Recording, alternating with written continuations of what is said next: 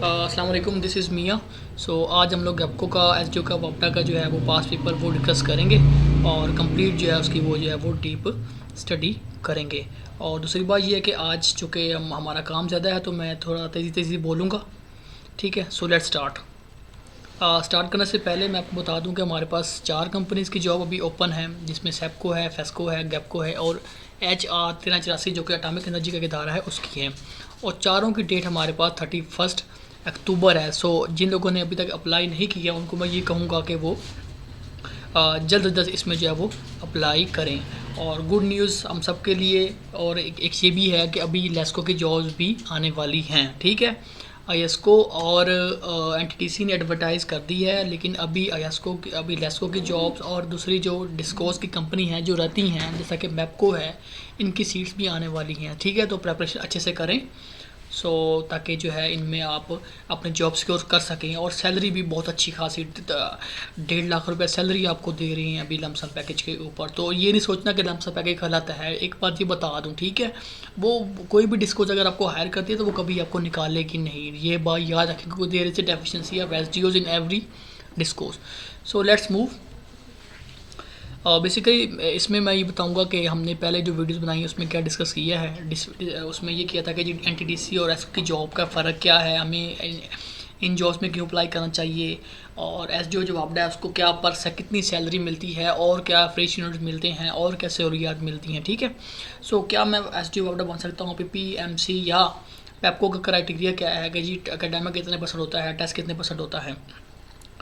उसके बाद बात ये है कि जी क्या मेरा अगर CG पे काम है तो मैं एस वापडा बन सकता हूँ कि नहीं हूँ। ठीक है, इसके अलावा जो दूसरी वीडियोस बनाई थी उसमें मैंने रिकमेंडेड बुक्स के हवाले से बताया था कि कौन कौन सी बुक्स हैं जिसमें हमें जो है वो जितनी भी डिस्कोज कंपनीज हैं या NTDCs हैं या एटॉमिक एनर्जी है, उसमें जो टेस्ट हैं उसकी हमने तैयारी जो है वो कैसे करनी है। ठीक है, कौन कौन से चैप्टर में से पढ़ने हैं।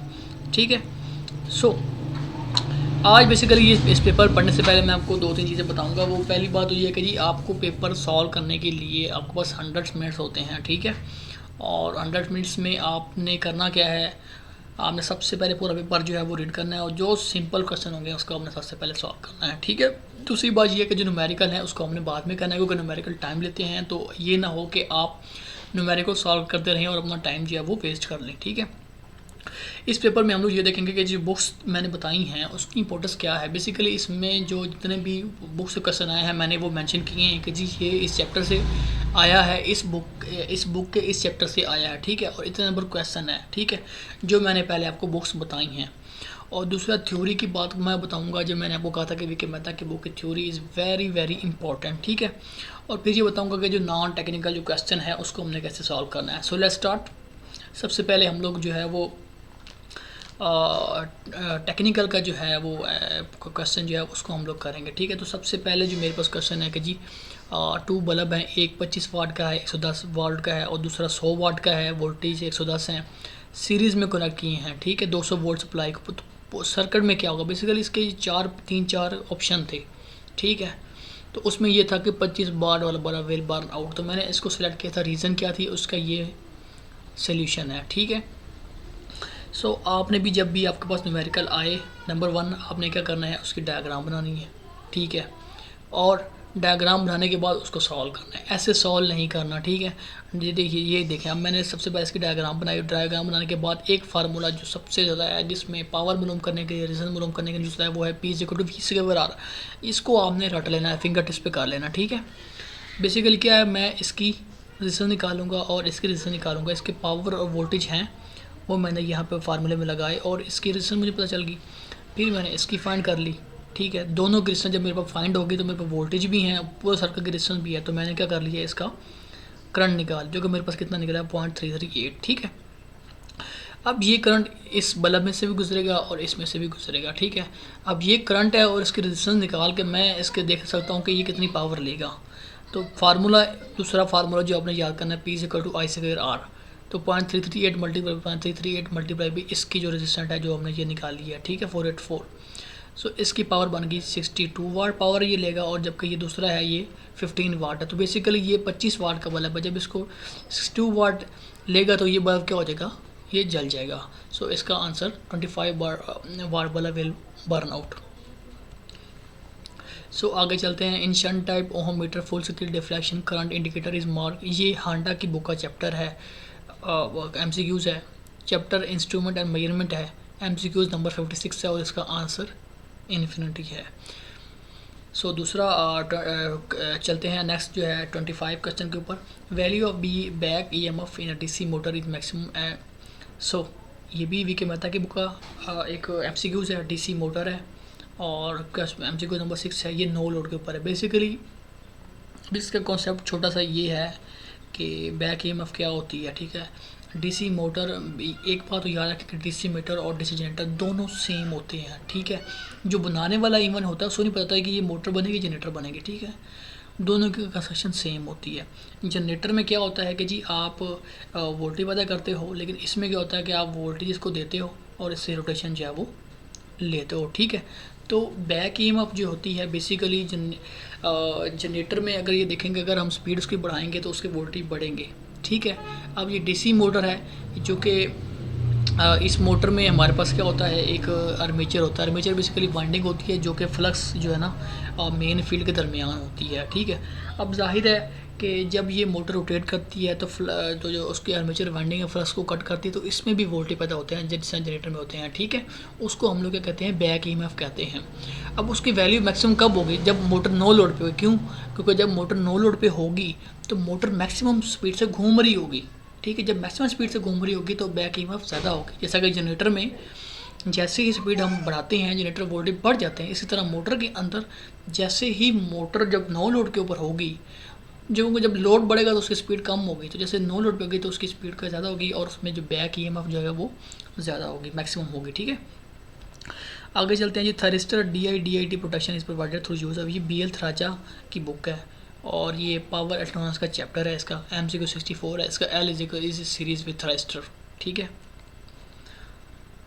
थरिस्टर DV/DT प्रोटेक्शन, ये दोनों क्वेश्चन, एक 62 था इस बुक का और दूसरा 63 है। इसका RC क्रॉस थरिस्टर है, ठीक है। Class A amplifier has how many transistor, ये आपने सारे पढ़ने, class A, class B, class C, class A B, ठीक है। अब जिन लोगों ने इलेक्ट्रॉनिक्स मतलब अच्छे से पढ़ी हुई है वो उनको पता है क्लास A एम्पलीफायर में एक ही ट्रांजिस्टर होता है और ये 180 डिग्री के लिए जो है वो कंडक्ट करता है, ठीक है। ये BL थराजा की बुक से MCQs है। आगे चलते हैं जी। क्वेश्चन नंबर 29 है कि a cell supplies a current of 0.9 ampere through external resistor of 2 ohm and current of 0.3 through external resistor of 7 ohm. What is internal resistance of the resistor? ठीक है। अब मैंने क्या करना है, सेल की जो है ना वो इंटरनल रेजिस्टेंस जो है वो निकालनी है, ठीक है। मैंने क्या किया, दो केस बना लिए, एक में 0.9 एम्पेयर और 2 ओम जिस तरह उसने बताया था, इसी तरह दूसरा केस बना लिया 0.3 एम्पेयर और 7 ओम, ठीक है। ये सेल है और उसके साथ मैंने इंटरनल रेजिस्टेंस बना ली, ठीक है। अब बेसिकली क्या होगा कि V = IR होता है, तो I कितना 0.9 है और R क्या है 2 और प्लस ये जो इंटरनल है R, जो कि मुझे पता नहीं, इसको मैंने R1 का नाम दे दिया, ठीक है। तो एक इक्वेशन मेरी ये बन जाएगी, दूसरी इक्वेशन मेरी इससे बन जाएगी, ठीक है। इन दोनों को मैंने सॉल्व किया, सॉल्व करने से मेरे पास R1 की वैल्यू क्या आ जाएगी 0.5। तो ये बेसिकली इस सेल की इंटरनल रेजिस्टेंस है, तो इसका मैंने ये सेलेक्ट कर लिया। सो आपने जब भी फिर बता दूं कि जब भी न्यूमेरिकल आए तो आपने डायग्राम बनानी है और उसको सॉल्व करना है, और जितने भी न्यूमेरिकल हैं उसको आपने पूरा पेपर पढ़ने के बाद लास्ट पे करना है, ठीक है। आगे कहते हैं DC मोटर की बैक ईएमएफिकेशन। ये मैंने आपको भी क्या था कि थ्योरी की इंपॉर्टेंस बताने के लिए वहाँ से मैंने जो है ना ये इसको क्रॉप किया है। तो बैक ईएमएफिकेशन V = EB + IARA, ठीक है। आर्मेचर करंट, आर्मेचर के रेजिस्टेंस, और ये अप्लाइड वोल्टेज होते हैं, और ये जो बैक ईएमएफ जो कि यहाँ पे प्रोड्यूस होती है, ठीक है। क्योंकि ये आर्मेचर की वाइंडिंग होती है और ये फ्लक्स होता है, जब ये इसके अंदर रोटेट करता है तो जनरेटर की तरह इसमें वोल्टेज पैदा होते हैं, ठीक है, जिसे हम बैक ईएमएफ मोटर में कहते हैं। आगे चलते हैं जी। क्वेश्चन नंबर 32 है MC semiconductor has which type of bond. Simple question है, ये भी मैंने बुक को बता दिया है। कोवलेंट बॉन्ड होता है। कॉमन सेमीकंडक्टर सिलिकॉन यूज़ होता है, ठीक है। उसकी रीज़न है, उसमें जाने की ज़रूरत नहीं है, जर्मेनियम के क्यों यूज़ करते हैं। बेसिकली दोनों के जो वैलेंस सेल है उसमें 4 वैलेंस इलेक्ट्रॉन होते हैं, लेकिन इनके जो वो डिस्टेंस होता है न्यूक्लियस से वो डिफरेंट वो फ़र्क होता है किसी में, वो बेसिकली ये स्ट्रक्चरल है। सो उसमें मज़ीद जाने की जरूरत नहीं, इसका क्वेश्चन नहीं आता। तो बेसिकली यही पूछना, सिलिकॉन है जर्मेनियम, ठीक है। Ammeter and collector reverse bias in cut off reason. जाहिर है जिसने बाइसिंग ट्रांजिस्टर की पढ़ी है, अब ये देख लो कि बाइसिंग का क्वेश्चन आता है, ठीक है। कि अब ये कट ऑफ रीजन है, सैचुरेशन रीजन है, ये आपने तीनों चारों पढ़ लेने हैं इलेक्ट्रॉनिक्स की बुक से, ठीक है। इससे मिलता जुलता क्वेश्चन आएगा। एक बार बताऊँ, जो मैं बता रहा हूँ कि ये चीज़ साथ पढ़ लेनी है, तो आपने ये चैप्टर ये पेपर पढ़ना है। उसके बाद वो चीज़ें जो मैं बता रहा हूँ ना, लाइक ये कट ऑफ रीजन मैंने बताया है, इस तरह सैचुरेशन रीजन होगा, उसमें क्या होगा, कोलेटरल एमिटर स्टेटस क्या होगा, वो आपने पढ़ लेना है। ये भी पावर इलेक्ट्रॉनिक्स का चैप्टर है, ठीक है। और मल्टीलेयर 3 टर्मिनल डिवाइस ट्राई एक होता है। SCR थारिस्टर है, हंडा की बुक से क्वेश्चन है। PNP जो है ना वो लेयर इसमें होती है पहले। Location of region can be control by doping से, definitely relation between frequency and speed, ये तो बहुत ही सिंपल है। F is equal to MP by 120, N जो सिंक्रोनस स्पीड होती है और P पोल होते हैं, और 120 डिवाइडेड बाई 120 होता है। तो आप फ्रिक्वेंसी और सिंक्रोनस स्पीड का रिलेशन जो है वो दे सकते हैं। आगे चलते हैं जी। 2 बर्फ ऑफ 100 वाट, ठीक है, 2 100 वाट के 200 पे चलते हैं, ठीक है। पैरेलल में और हमको सीरीज़ में कनेक्ट कर दिया, तो टोटल पावर कितनी होगी। आंडा की बुक का चैप्टर नंबर 1 है भाईजान, क्वेश्चन नंबर 87 है, जहाँ से ये क्वेश्चन आया, ठीक है। इसका आंसर ये वाला है, सोल्यूशन इसका ये है। सोल्यूशन सेम उसी तरीके से डायग्राम मैंने बनाई, और फार्मूला वो मैंने कहा था P is equal to V square over R वाला आपने याद करना है, तो वो मैंने यहाँ पे लगाया। एक की रेजिस्टेंस फाइंड कर ली, दूसरे की रेजिस्टेंस फाइंड कर ली, ठीक है। ये करने के बाद टोटल मेरे पास वोल्टेज है, तो मैं सर्किट करंट निकाले, करंट मैंने पर ये लिख दिया इसको ना 1/4। अब मैं इसको 0.25 भी लिख सकता था, लेकिन मैंने क्यों नहीं लिखा, उसकी रीज़न ये है कि मेरे पास कैलकुलेटर नहीं है, ठीक है। तो मैं उस तरीके से MCQs करूँगा कि कैलकुलेटर के बगैर मेरी कैलकुलेशन जो है वो हल हो जाए, ठीक है। सो पहले मैं सर्किट का पूरे का क्या कर लिया, मैंने करंट निकाल लिया रेजिस्टेंस फाइंड करने के बाद। उसके बाद मैंने क्या किया, अब मैंने पावर निकालूंगा इसकी, फिर इसकी निकालूंगा, फिर दोनों की पावर जमा कर दूंगा। तो पावर का formula P is equal to I square into R। तो एक की ये आ गई 200/16, P2 की आ जाएगी 200/16, ठीक है। अब क्या करना है, अब आपको पता है कि जी अब पावर को मैंने जमा करना है। पावर जो होती है वो अगर सीरीज़ का केस है तो उसमें पावर का जिस तरह रेजिस्टेंस का होता है ना कि सीरीज़ में ऐड होती है और पैरेलल में उनको 1/RT के जरिए करते हैं, इस तरह पावर का उल्ट होता है। पावर का सीरीज़ में क्या हो जाएगा, 1/PT is equal to 1/P1 plus 1/P2। तो इस तरीके से इसकी पावर जो है वो मैंने कैलकुलेट की। आगे चलते हैं speed of DC motor, V K Mehta की बुक का चैप्टर का ये क्वेश्चन नंबर 13 है। Inversely proportional to the flux per pole, ये मैंने वी के मेहता की बुक से थ्योरी में से ये बताया है। ये बिल्कुल इसको रट लें कि स्पीड जो होती है वो बैक ईएमएफ का डायरेक्टली प्रमोशन होती है और फ्लक्स के इन्वर्सली प्रमोशन होती है। और ये किस तरीके, और ये क्वेश्चन किसी ना किसी तरीके से हमेशा आपके हर पेपर में आएगा और ये पूछा जाता है हमेशा, इवन इंटरव्यूज में पूछ लेते हैं लोग। सो आगे चलते हैं। Maximum flux produce in a core of transformer is, इसके 3-4 ऑप्शन थे जिसमें था inversely proportional to supply frequency. अब ये कैसे आया मेरे पास, मुझे ये क्वेश्चन याद थी ट्रांसफार्मर की, ठीक है। इज इक्वल टू 4.44 FN और फ्लक्स M, ठीक है। अब ये इसके प्राइमरी साइड की है, ये सेकेंडरी साइड की है। तो बेसिकली क्या होगा कि जब F और N जो नंबर ऑफ टर्न है और 4.44 इस E1 के नीचे आ जाएंगे, इस तरफ आ जाएंगे, तो इधर फ्लक्स बच जाएगा। तो फ्लक्स क्या होगा, फ्रिक्वेंसी का क्या हो जाएगा, इन्वर्सली प्रमोशन हो जाएगा ना। तो यही इसका आंसर था। आगे चलते हैं जी। 3 रजिस्टर हैं की 1, 2 and 3 ohm respectively connected in triangle में मैंने, ठीक है। And the cell of 1.5 is connected across 3 ohm resistor, what will be current. पहले तो मैंने इसका ट्राइंगल बनाई और 3 ओम के क्रॉस 1.5 लगा दी, तो बाकी मैं 1 और 2 लगा दिया। अब इसको सॉल्व करना है, तो ये दोनों क्या है सीरीज़ में है, इनको 3 ओम हो जाएगी, दोनों अब क्या हो जाएंगे पैरेलल में हो जाएंगे। तो पैरेलल में जो रेजिस्टेंस की वैल्यू सेम हो तो टोटल वैल्यू उनकी हाफ होती है, मतलब 1.5, या आप इसको 1/RT is equal to 1/R1 plus 1/R2 के जरिए फार्मूले से इसको जो है वो सॉल्व करेंगे। तो मेरे पास रेजिस्टेंस आगे वोल्टेज हैं, करंट की वैल्यू 1 पे आ जाएगी, ठीक है। आगे कहते हैं 3 resistor in series dissipate 10 watt power. ये क्वेश्चन जो है काफ़ी पास पेपर में बार बार रिपीटेडली आता रहा है। 3 resistor in series dissipate 10 watt power, if now these are connected in parallel then total power dissipated will be. मतलब पहले सीरीज़ में कनेक्ट हैं, फिर हमने कहा उनको कर लिया किसमें पैरेलल में, तो अब बताओ कितनी पावर वो लेगा, ठीक है। ये मैंने सीरीज़ मैंने जिस तरह बताया था कि पहले मैंने डायग्राम बनाई, टोटल पावर के लिए 10 वाट, ठीक है। तो P is equal to V square by R वाला फार्मूला हमेशा याद आपने रखना है, ठीक है। तो P is equal to V square by R, और यहाँ पे क्या कर दिया, R की वैल्यू मैंने डाल दी, चूँकि सीरीज़ में तो इनसे जमा होंगे तो 3R हो जाएगा, और R मैं यहाँ ले गया, V स्क्वायर बाई 3P लिख दिया, और पावर कितना ले रहा है 10, तो मैंने 10 से मल्टीप्लाई करके 30 शॉर्ट मैंने लिखा है, ठीक है।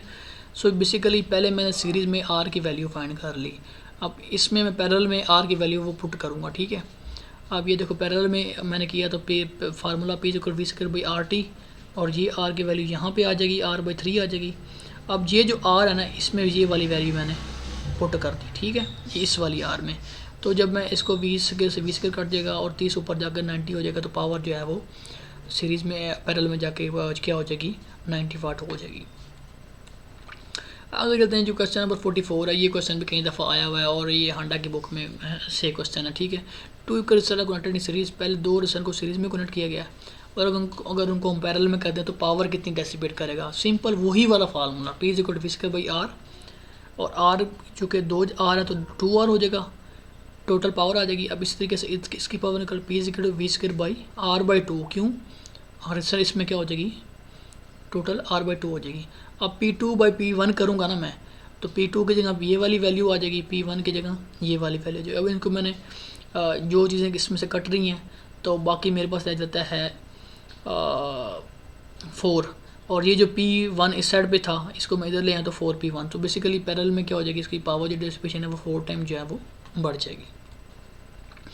आगे जी, rotor of synchronous motor excited with DC current, ये डेफिनेटली यार सिंक्रोनस मोटर को उस वक्त हम लोग बेसिकली इसको हम लोग जो है वो पहले इंडक्शन मोटर के ज़रिए जो है वो चलाते हैं, या किसी और एक्सटर्नल सोर्स से इसको जो है वो चलाते हैं, या डैम्पिंग वाटर से जो है वो चलाते हैं, ठीक है, स्टार्ट में। और उसके बाद इसके जो है वो चूँकि ये डबली एक्साइटेड मोटर होती है, इसके रूटर और एक्साइटर के ऊपर दोनों पे जो है ना वो हम लोग पावर सप्लाई देते हैं, ठीक है। सो इसलिए जैसे ही वो सिंक्रोनस स्पीड के ऊपर पहुँचती है, तो फिर हम उसको मोटर को जो है वो एक्साइटर को जो है वो उसकी जो डीसी सप्लाई देते हैं, ठीक है। सो इसको यूज़ बेसिकली हम लोग कहाँ पे करते हैं, इसको हम लोग पावर फैक्टर की इंप्रूवमेंट के लिए करते हैं, ठीक है। ये क्वेश्चन अक्सर आता है, इवन इंटरव्यू में पूछ लेते हैं, ठीक है। Armature reaction in DC generator can be increase, armature reaction basically होता क्या है, आर्मेचर रिएक्शन बेसिकली जनरेटर है ना, तो जनरेटर में जब हम लोड लगाते हैं ना, तो उसकी जो आर्मेचर वाइंडिंग होती है उसमें करंट पैदा होता है, उस करंट से फ्लक्स पैदा होता है, और ये जो फ्लक्स होता है ना, आर्मेचर के साइडों पे जो मेन पोल लगे होते हैं उसके फ्लक्स को कम करता है। उसको हम इस रिएक्शन को जो है ना आर्मेचर के, इसको हम कहते हैं आर्मेचर रिएक्शन। तो आर्मेचर रिएक्शन जिससे करंट इंक्रीज है, करंट बढ़ेगा तो फ्लक्स बढ़ेगा, और वो मेन के जो फ्लक्स है उसको डिस्टार्ट करेगा, तो करंट आर्मेचर करंट के बढ़ने से आर्मेचर रिएक्शन बढ़ता है।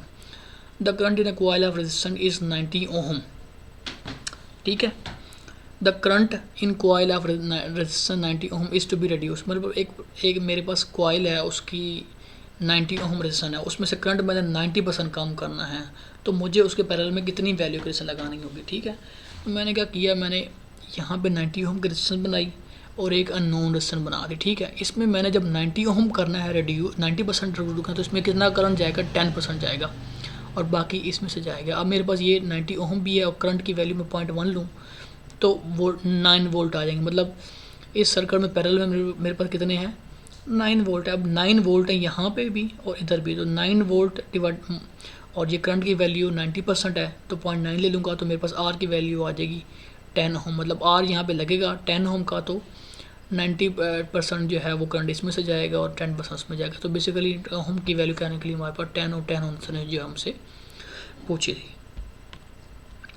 आगे चलते हैं जी, current gain of Darlington pair. Basically Darlington pair क्या होता है, इसको हम लोग गेन को बढ़ाने के लिए यूज़ करते हैं। इसमें एक ट्रांजिस्टर दो ट्रांजिस्टर का कलेक्टर को आपस में कलेक्ट कर लेते हैं, और एक ट्रांजिस्टर के एमीटर को दूसरे ट्रांजिस्टर की बेस में इंसर्ट करते हैं, और इसका सिंपल दोनों का जो गेन होता है वो मल्टीप्लाई होता है। क्रिस्टल डायोड बी एल थराजा की बुक से है, रेक्टिफायर के तौर पर इस्तेमाल करते हैं। Crystal diode non linear device है, ठीक है, ये भी बी एल थराजा की बुक से है, और क्वेश्चन नंबर 155 है। Most common use of rectifier diode, इसको डीसी मोटर में हम लोग ज़्यादा यूज़ करते हैं, ठीक है। Current voltage cut off try, ये भी पावर टर्न से क्वेश्चन आया हुआ है बी एल थराजा की बुक से, सिमेट्रिकल है, ठीक है। आगे चलते हैं, जो क्वेश्चन नंबर 53 है, थ्रिस्टर कैन टर्न ऑन, ये पावर टर्न की बुक से चैप्टर है, ठीक है। होंडा में से भी है और उसमें भी है, बी एल थराजा की बुक से में। मिनिमम इम्प्रूवमेंट करंट इसका ट्रिगर करंट, ठीक है। The greatest percentage of heat loss in DC machine due to, DC machine कौन सी है भाई, डीसी जनरेटर है और डीसी मोटर है, ठीक है। इसमें जो हमारे पास लॉस कौन सा होता है, कॉपर लॉस होता है, दूसरा कौन सा होता है हमारे पास कोर लॉस। कोर लॉस में क्या है, दूसरा हमारे पास होता है कोर लॉस, तीसरा हमारे पास होता है जी फ्रिक्शन और वेंडेज लॉस, लेकिन सबसे ज़्यादा होता है कॉपर लॉस, ठीक है। सिंपल सा क्वेश्चन है, ये भी अगर आपने विकी मेहता की थ्योरी को पढ़ा है तो उससे भी आपको आ जाएगा, अदरवाइज़ ये जो है आपकी इन बुक्स में जो मैंने बताई उसमें भी क्वेश्चन है। Which diode can not handle much reverse voltage, जाहिर है जी signal diode. In 2 watt meter method if 0.5 is if per factor is 0.5 then reading of 1 or 2 meter. Handa की बुक से क्वेश्चन है, इसका आंसर 0 है। कॉन्सेप्ट क्या है इसका? कॉन्सेप्ट ये वाला है, ये वी की मेहता की बुक से मैंने उठाया है इसको ना, मेजरिंग इंस्ट्रूमेंट से पहले वाला चैप्टर जो है ना उससे मैंने ये टेबल उठाया है। और ये 2 वाट मीटर का जो है ना वो उसका बिहेवियर बताता है, शो कर रहा है टेबल के 0.5 के ऊपर क्या होगा, ठीक है, वैल्यू क्या होगी, 0.5 से कम पे क्या होगी, 0 पे क्या होगी। तो ये क्वेश्चन क्या था कि if in 2 watt meter method if power factor is 0.5 then the reading of 1 of the 2 meter is, तो ये ऑप्शन थे 0 1 2 3।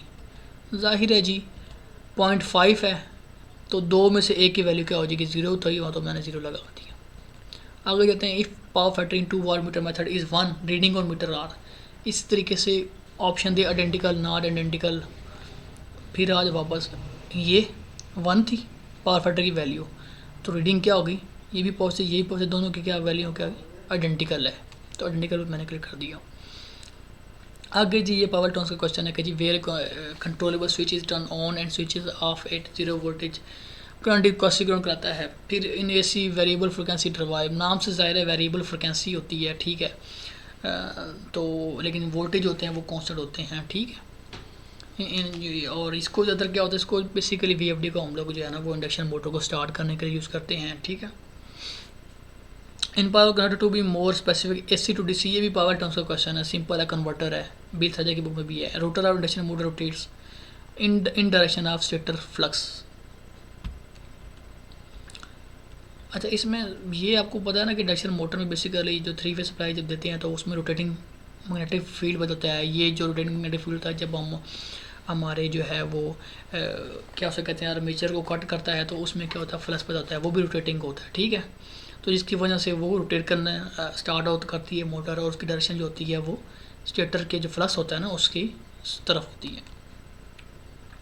ये हांडा की बुक का MCQs है और मैंने इसके यहाँ पे जो है ना वो क्या उसका सोल्यूशन दिया हुआ है कि एन सिमिलर रजिस्टर, एन से मुराद पता नहीं कितनी है, 1 है 2 है, ये कोई नहीं पता, ठीक है। हर एक की वैल्यू मुझे दी हुई है R, when connected in parallel their total resistance उसने दे दी है, ठीक है। नो वैन दिस, अब अगर इनको सीरीज़ में करें तो टोटल रेजिस्टेंस क्या होगी। बेसिकली ये पैरेलल में मैंने बनाई इस तरह करके, ठीक है, और 1/RT वाला फार्मूला लगाया और टोटल RT की वैल्यू R/N, ठीक है। तो अब ये देखें, अब R को मैंने जो 1 की वैल्यू है उसको इधर रखा, ठीक है, इस सिंगल की वैल्यू को, और RT की जगह मैंने क्या कर दिया R लगा दिया क्योंकि उसने मुझे बताया था कि टोटल इतनी है, और N जो ये इसका है, ठीक है, नंबर ऑफ, मतलब RT और N को मल्टीप्लाई कर दिया, ठीक है।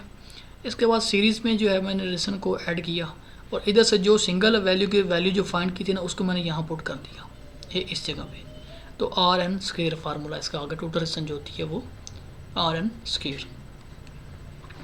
आगे चलते हैं जी, रेंज ऑफ वोल्ट। अब ये बताऊँ मैं आपको इस क्वेश्चन के हवाले से कि आपने VK मेहता की बुक में से मेजरिंग इंस्ट्रूमेंट के चैप्टर में वोल्ट मीटर और करंट मीटर के हवाले से पढ़ना है कि वोल्ट मीटर कैसे बनाते हैं कि जी गैल्वानोमीटर के सीरीज़ में एक हम लोग हाई वैल्यू रेजिस्टेंस लगाते हैं, और करंट मीटर कैसे लगाते हैं कि जी उसके पैरेलल में एक लो वैल्यू का रेजिस्टेंस लगाते हैं, ठीक है। अब इसकी मल्टीप्लायर की जो वैल्यू क्या होगी, ये कितनी वैल्यू की लगेगी, इसके MCQs भी हैं और वो आते हैं, ठीक है। तो आपने वो चैप्टर लाजमी करना है VK मेहता की मेजरिंग का, जिसमें ये क्वेश्चन जो है वो मेंशन है। सो इंक्रीज़ किस तरह करते हैं जी, वोल्ट मीटर के सीरीज़ में हम लोग रेजिस्टेंस लगाते हैं हाई वैल्यू की तो उसकी रेंज बढ़ जाती है। Okay, for the same rating power factor of single phase induction motor, single phase का डेफिनेटली पावर फैक्टर कम होता है, सही है, क्योंकि बेसिकली वजह क्या होती है कि जो 3 फेज होती है उसमें हमारे पास रोटेटिंग मैग्नेटिक फील्ड होता है और मोटर जो है वो फ़ौरन उसको पिक करती है और वो रोटेट करना स्टार्ट कर देती है। लेकिन इसमें क्या होता है, इसमें बेसिकली एक तो मोटर की वाइंडिंग होगी, दूसरा हम क्या करते हैं इसमें जो है वो कैपेसिटर लगाते हैं जिससे 2 फेज बन जाती है और 90 डिग्री अपार्ट होते हैं और उससे वो क्या करती है रोटेशन पैदा होती है। सो इसका पावर फैक्टर जो है इस वजह से वो कम होता है और इसमें लॉसेज ज़्यादा होते हैं 3 फेज़ की निस्बत। और अगर हम एक 3 फेज़ मोटर लें और उसी साइज़ के 3 सिंगल फेज लेंगे तो वो बड़ा जो है ना वो कॉस्टली और बड़ा टाइम और बड़ा स्पेस लेगा। 2 हीटर हैं भाई, आगे क्वेश्चन है जी, a heater of 2000 watt and a fan of 1000 watt are connected in series. 2 heater हैं हमारे पास, उनको हमने सीरीज़ में कनेक्ट किया तो रेजिस्टेंस सिंपल है जी। बेसिकली क्वेश्चन इसका ये है, ठीक है। वो ये कहता है कि जी दोनों की ये मैंने वाटेज और वोल्टेज दिए हैं, बताओ हीटर की रेजिस्टेंस जो है वो ज़्यादा होगी या कम होगी। तो सिंपल आपने पी सेकेंड वी सेकेंड पर आर से और रेजिस्टेंस फाइंड कर लेनी है, बता देना कि जी इसकी ज़्यादा है, इसकी ज़्यादा है।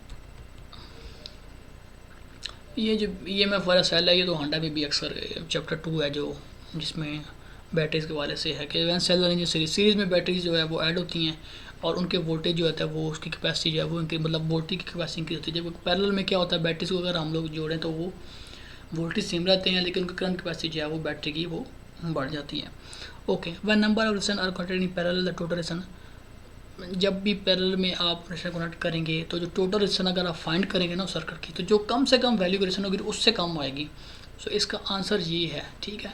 इसका अगर आपने कोई देखना है पर्टिकुलर करना तो आप एक वैल्यू लें 1 ओम की और एक 10 ओम की ले लें, उन दोनों को पैरेलल में करें, उनको टोटल रेजिस्टेंस निकालें तो वो देखना वो 1 ओम से कम आएगी। आगे चलते हैं जी, क्वेश्चन नंबर 68 है। 2 लैंप इनको सीरीज़ में कनेक्ट किया है, टोटल रेजिस्टेंस विल बी, मतलब इनकी रेजिस्टेंस फाइंड करनी है यार टोटल। ये मैंने दोनों को सीरीज़ में लगा दिया, P equal V square by R वाला फार्मूला यूज़ किया, एक ही है जी रेजिस्टेंस दूसरे की ये आ जाएगी, दोनों को मैंने जमा कर दिया तो टोटल मेरे पास 1400 वाट आ जाएगी। आगे चलते हैं जी, डोपिंग ऑफ ज़ीनर डायोड इसकी ज़्यादा होती है हमेशा ही, ठीक है। वैन रेजिस्टेंस ये भी था की बुक से है, when resistance R content in parallel current divide in solve, ज़ाहिर है जी पैरेलल में जब होगी तो करंट उसमें से ज़्यादा गुजरेगा जिसकी वैल्यू कम होगी, ठीक है। सो जो करंट होता है वो इनवर्स रेशियो ऑफ रेजिस्टेंस, मतलब जिसकी रेजिस्टेंस ज़्यादा होगी उसमें से करंट पैरेलल में कम गुजरेगा, और सीरीज़ में क्या होता है कि करंट जो की वैल्यू होती है वो सेम होती है। सेमीकंडक्टर, ये क्वेश्चन हमेशा आया था कि जी सिलिकॉन में कितना वोल्टेज का ड्रॉप होता है, फॉरवर्ड ड्रॉप, और जर्मीनियम में कितना होता है। जर्मीनियम 0.3, सिलिकॉन में 0.7 है। रिपल फैक्टर ऑफ हाफ, हाँ ये क्वेश्चन वेरी इंपॉर्टेंट है, ये आपने इसको लिख लें, रट्टा लगा लें, ये पूछ लेता है। Triple factor of half wave rectifier वो 1.21 होता है और फुल वेव का होता है 0.482। इसको आपने याद कर लेना है और बड़े पास पेपर में ये आया हुआ है, ठीक है। और इस चीज़ को लोग इसके साथ कंफ्यूज कर देते हैं, इसके साथ, ये पीक फैक्टर के साथ, ठीक है। सो आपने क्या करना है, इसको अलग याद करना है। और ये जो टेबल है ना, ये मैंने हांडा की जो ऐसी फंडामेंटल का चैप्टर है ना, चैप्टर 3, उससे लिया हुआ है।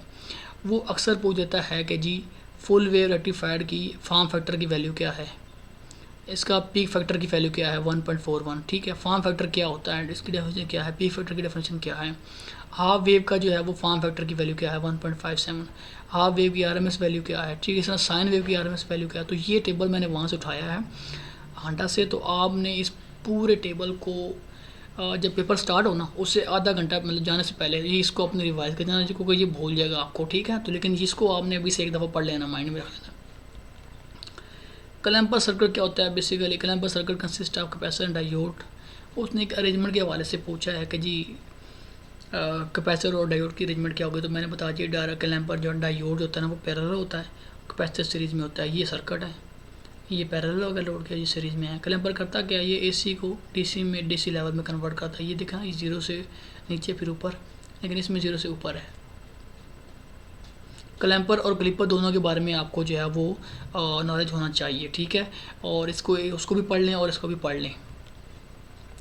द मोस्ट कॉमनली यूज, ये सबको पता है कि सिलिकॉन है। Induction watt meter can Maihar, ये मेजरिंग इंस्ट्रूमेंट से है हांडा की बुक से।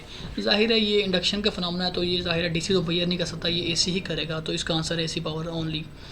Feature following is not part of clamper circuit, ये क्लैंपर सर्किट आकर इंडक्टर इसमें नहीं है, तो इंडक्टर में मैंने क्लिक कर दिया था, ठीक है।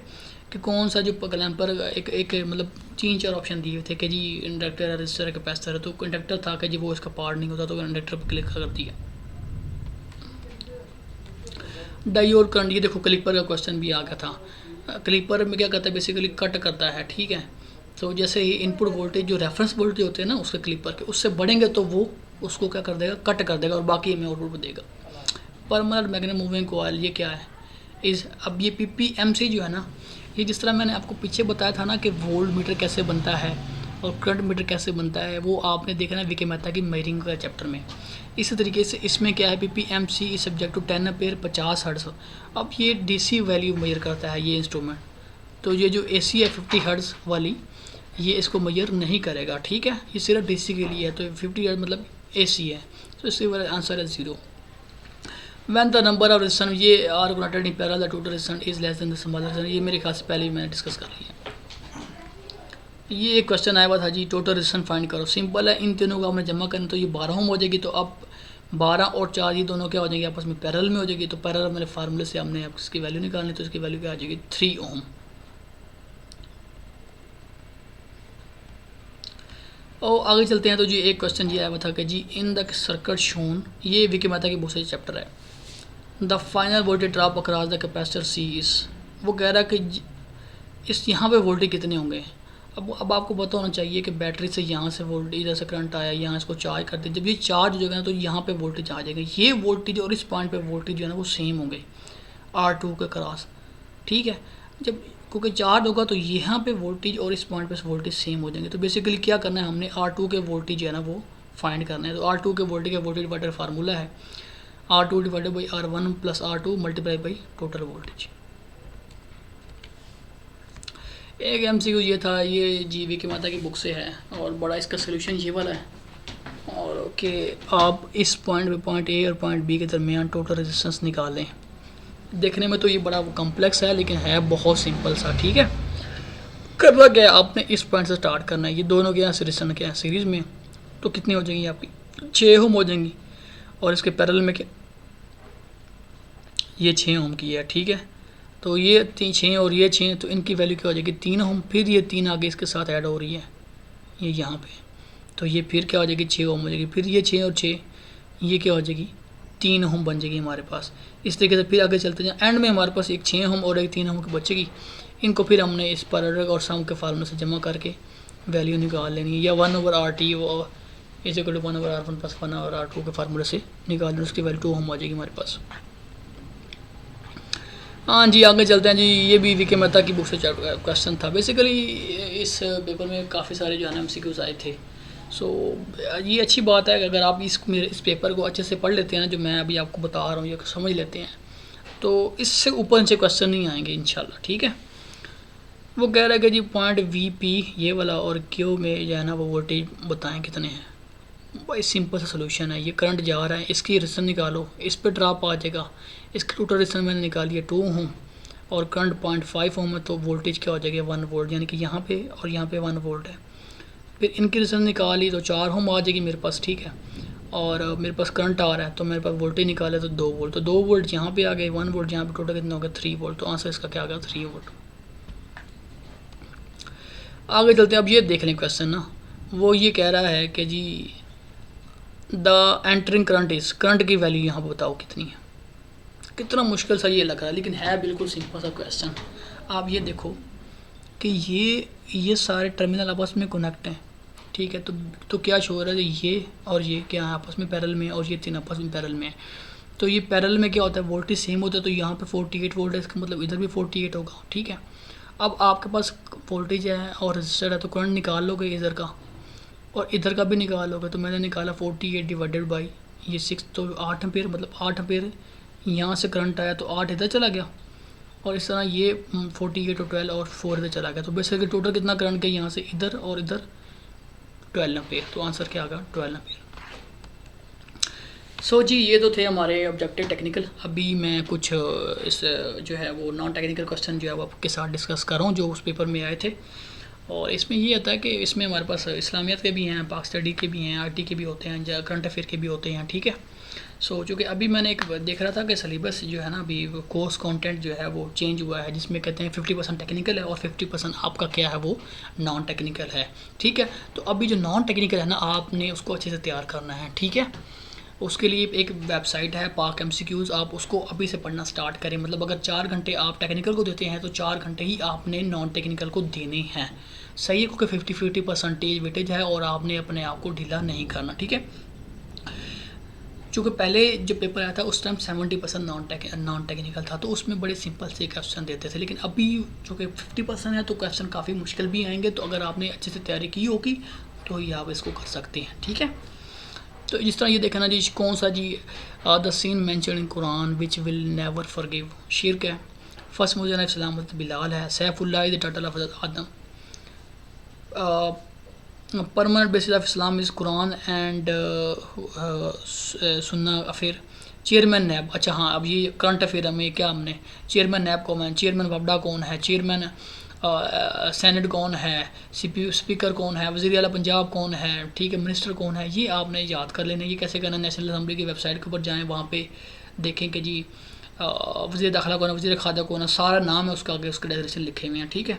और ये चांद वापडा का जिसने उसका आपने देख लेना, ठीक है। और वज़ीर आला, तमाम वज़ीर आला के नाम, तमाम गवर्नर के नाम आपको याद होने चाहिए, ठीक है। ये करंट अफेयर्स ज़्यादा इस तरह के क्वेश्चन आते हैं। Chairman of BR, speaker Punjab assembly, governor Sindh, उस टाइम ये था, भी चेंज हो गए हैं। बाइंडिंग फोर्सेज ये आ जाएगा, definition state Pakistan. So basically ये मैंने 10 से क्वेश्चन जो है ना वो पुराने जो आए हुए थे वो आपको साथ शेयर कर दिए हैं, ठीक है। सो फाइनली ये था आज के लिए आपके लिए।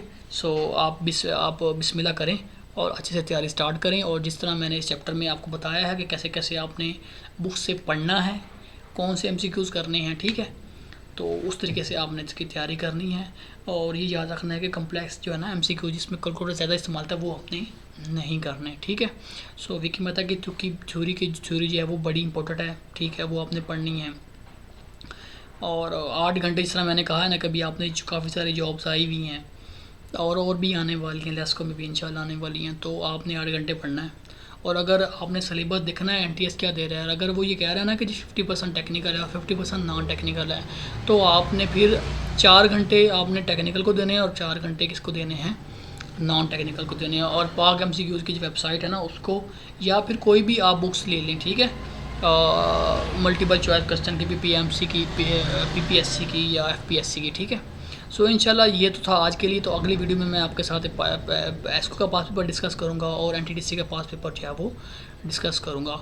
और फाइनली अगर आपको मेरी ये जो वीडियो पसंद आए तो मेरे इस चैनल को सब्सक्राइब कर दें, इस वीडियो को लाइक करें और इसको शेयर करें और कमेंट सेक्शन में कमेंट करें, ठीक है। और इंशाल्लाह आइंदा जब ये पेपर हो जाएंगे उसके बाद मैं कोशिश करूँगा कि जी आपके लिए इंटरव्यू की प्रिपरेशन के लिए वीडियो बनाऊँ, हर एक की जो है ना वो कि ट्रांसफार्मर है तो ट्रांसफार्मर से क्वेश्चन होंगे। So that's all for today. Thank you so much.